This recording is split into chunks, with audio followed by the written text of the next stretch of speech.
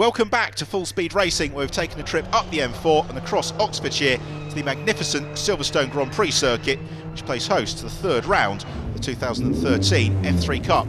20 cars taking to the track in qualifying, but the pits are very busy throughout the session, as various drivers are coming in to make setup adjustments and tweaks. The first two races of the year were held at Alton Park, and it was the former GP3 racer Alice Powell who was the double winner. But I thought it was just because that thing was broken. So qualifying today was a bit disappointing, really. We didn't run new tyres yesterday, so we didn't know where the car was really. But we were consistently in the 59s. We were still a bit frustrated because when we came testing here, we were in the 58s. So we've lost a second somewhere. But the car didn't feel good. I was struggling with the ride height, and we may have been a little bit too stiff as well. So. Yeah, P2 is still good. It should make for a good race, I think. At the start of qualifying, we struggled a bit with tyre temperature. Into a couple of the chicanes, I had a couple of spins on the first few laps. I came past the pit straight, I saw the pit board was out, and I told them to give my position and the gap to the next person. It said P2 and it said plus 0.2 seconds. Every time I went past, three or four laps, it said P2 plus 0.2. Last couple of laps, I really pushed as hard as I could into every corner. And finally, I came back around and it said P1. And it was a really close qualifying. I took it by half a tenth, but every little tenth matters, and really looking forward to the race. The setup varies obviously from track to track. This is quite a flat track, so we tried to get the ride height as low as we could. We've gone too low, so it was unsettling the car a lot. Obviously need that as low as you can, but sometimes it can stall the diffuser and it can unsettle the car, and then if you're hitting a lot it can unsettle the aero. So we were definitely too low on that. It was even bottoming out through Stowe and Maggots, Beckett's, and those type of corners you don't want the car doing that. You can lose quite a bit of time. So for the next one we're just going to make a few changes and see where we go in the race. Fantastic to see Formula 3 racing back on the Silverstone Grand Prix circuit, and this is how they line up, with Henry Chart in pole position, alongside him Alice Powell, who we just heard from, and Alex Craven in third.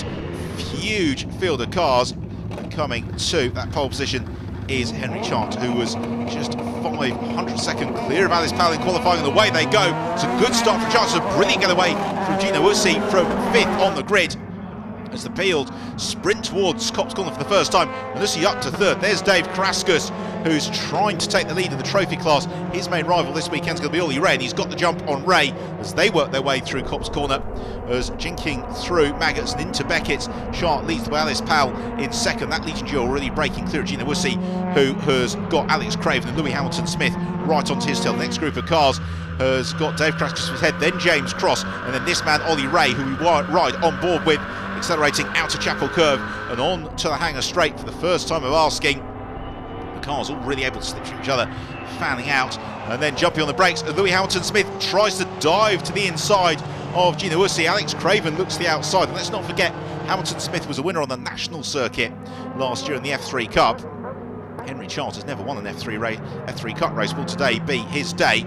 As Craven's got 2 to her credit, the first 2 of this season. Then this scrap for 3rd with Ussi still just clear of Louis Hamilton-Smith, and then a re-livery Tristan Cliff, all silver this weekend, and he's moved up clear of Alex Craven, although Craven looking to fight back into Abbey, and he's got the inside line, Alex Craven, and through he goes. So the ex-Formula Renault BARC racer, who's also very experienced in the F3 Cup, having been to the 4 of the field back in 2011, gains the place on Tristan Cliff, and that elevates him up into 5th position. Then we've got this scrap between Dave Karaskus and James Cross, and he's always 3 wide as Ollie Ray tries to insert himself into the middle, realising that would have probably paid for the Christmas bonus at the Dallara spare parts department. He backs out of the move and now sets about challenging James Cross as he accelerates along the Wellington Straight. He's got the inside line here as they head towards Brooklyn. It's going to be a case of who feels bravest on the brakes, and through goes Ollie Ray. That's a really nice move there from Ray, typical Brooklands manoeuvre. It backs now James Cross into the clutches of Robbie Watts, who is the next man along, and it means we've got the 2 cars fighting for the trophy class lead, running nose to tail. The trophy class for the cars that were pre-2002, so some of the slightly older cars in the field. It's Dave Karaskus, historic Formula 1 racer, who's just got the advantage, and he squeezes Ollie Ray as they arrive into Copse Corner, and that gives Cross the opportunity to dart back through, reclaim the position from Ray as they accelerate over the brow in the road and on towards Maggots. This fantastic fantastic start to the race. Robbie Watts still very much part of this fight as well, the all-blue car. He's also there with Chris Needham. Needham trying to bring himself up into the battle as well. Meanwhile, the leading duo pulling well clear of the rest of the field, so it's still Chart from Powell, then Hamilton Smith in third, fourth Gina Wussy still just from Alex Craven, Tristan Cliff a little bit lonely in sixth, then the fight going on for seventh with Dave Kraskers, James Cross, Robbie Watts, and James Cross looking to make the move at Stowe Corner on Dave Kraskers. He's got the inside line. Kraskers though able to stick pretty much to the middle of the road. Gina Wussy also squeezing through with Alex Craven, the pair of them looking to swap positions, and Wussy makes the slight mistake through Club, and that's surely Craven's opportunity. Though Gina Wussy fairly frantic in his defence here, it means Tristan Cliff has got the sniff of gaining a couple of places as well as they arrive into Abbey, and these drivers going very, very rapidly at this point, something like 140 miles an hour. Commitment and bravery certainly not being called into question as they hit the brakes into the still relatively new section of the Silverstone Grand Prix circuit. Ready in time for the 2010 British Grand Prix to head out of the loop and accelerate towards the Wellington Straight. Brooklands, which is a prime overtaking opportunity, as Robbie Watts hopes it will be. The Raw Motorsport man swarming all over the tail of Ollie Ray. Ray having to move to the inside of the road, defending really quite assertively here from Robbie Watts, with then Chris Needham sniping on his tail, so side by side, and Watts trying to pick his way around the outside of Ollie Ray. That's very, very tight. Ollie Ray holds his line. It gives Chris Needham in the silver and white car the opportunity to challenge as well. Fortune's really ebbing and flowing. What's proving to be a very frenetic race from the F3 Cup. Certainly the drivers will be hugely enjoying themselves. Climbing up into the mix then is David Scott, who saw on the podium a couple of times last year in the F3 Cup. David Scott, not the same David Scott who raced in British F3 very successfully something like 30 years ago, but certainly carrying on the David Scott tradition of being a front runner in Formula 3 racing.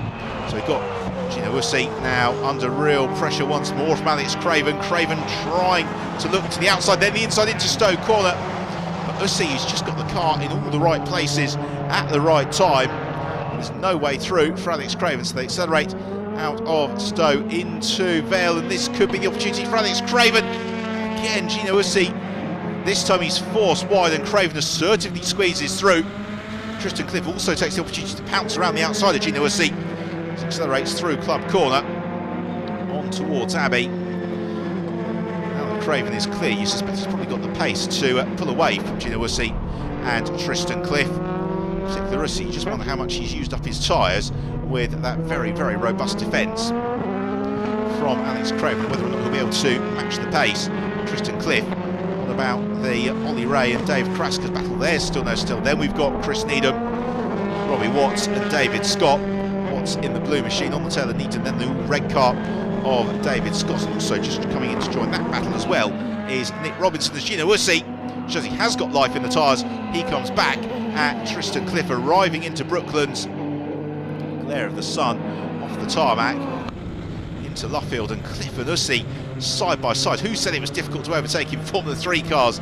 Because we have seen plenty of overtaking wheel-to-wheel action as Louis Hamilton Smith continues in third. Alex Craven then up to fourth. Gina Wussy in fifth, and Tristan Cliff completing the top six. What about the battle for the trophy class runners, where it's still Dave Kraskers who's just got his nose clear of Ollie Ray? And we've got the Needham and Scott battle. David Scott out of our sight then has found his way up ahead of Robbie Watts. Still leading the way, by the way, it is Henry Chart from Alice Powell. There's Powell's teammate Stuart Wiltshire, who is about to lose a position to Neil Harrison. Wiltshire fights back in pursuit of Harrison, accelerating out of Copse Corner. No joy there. Stuart Wiltshire losing a couple of places, just getting a slightly poorer run in of lights out of Copse Corner.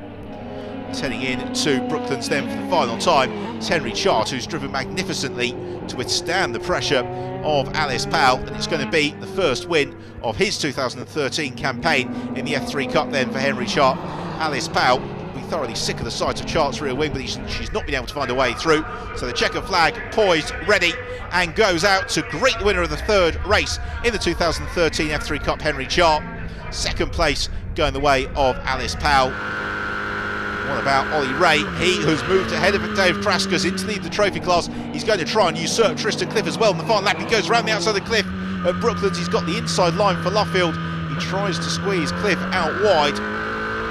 He gets his nose in front, then Ray and Cliff sprinting out of Luffield in towards Woodcote. But through goes Ollie Ray to take a remarkable 5th overall and winning the trophy class, with Dave Kraskus then second in the trophy class in 7th. So let's take a look at the final results, with victory for Chart from Alice Powell, Lewis Howardson-Smith completing the podium from Alex Craven and Ollie Ray. On to the roster then. First of all, the podium finishers for the trophy class: Jonathan Weston-Taylor, Dave Kraskus, and the winner Ollie Ray. Simon Fromers-Fiat doing the honours. And then in the race overall, Louis Hamilton-Smith 3rd, Alice Powell 2nd, and our winner Henry Chart. Photograph all of them holding up the silver trophies. And I managed to pull away a little bit in the middle of the race because our engine is pretty strong. I can see we were pulling away. The second half of the lap, she was quicker, I could tell. And I saw it in the mirrors the whole time. So yeah, it's good through the corners. I mean, we're struggling in a few areas. I was struggling quite a bit at Cox, but the second half of the lap, the twisty a bit, we're not too bad. So. And end of the race, you were back up there, only for a few more laps, eh? Yeah, if only there was a few more laps, you never know what would have happened. Ollie, fantastic battle you were having, and you were immediately congratulated by Dave Kraskus. Yeah, it was great stuff. Good battle with Dave, and yeah, I'm just happy to be on the podium this week. And big thanks to Enigma. They did a great job getting the car up to scratch, and I'm just happy to be here. So after 3 races, in terms of the championship standings, it's Alice Powell who leads the way from Alex Craven, with Tristan Cliff and Henry Chart in a very close fight for 3rd.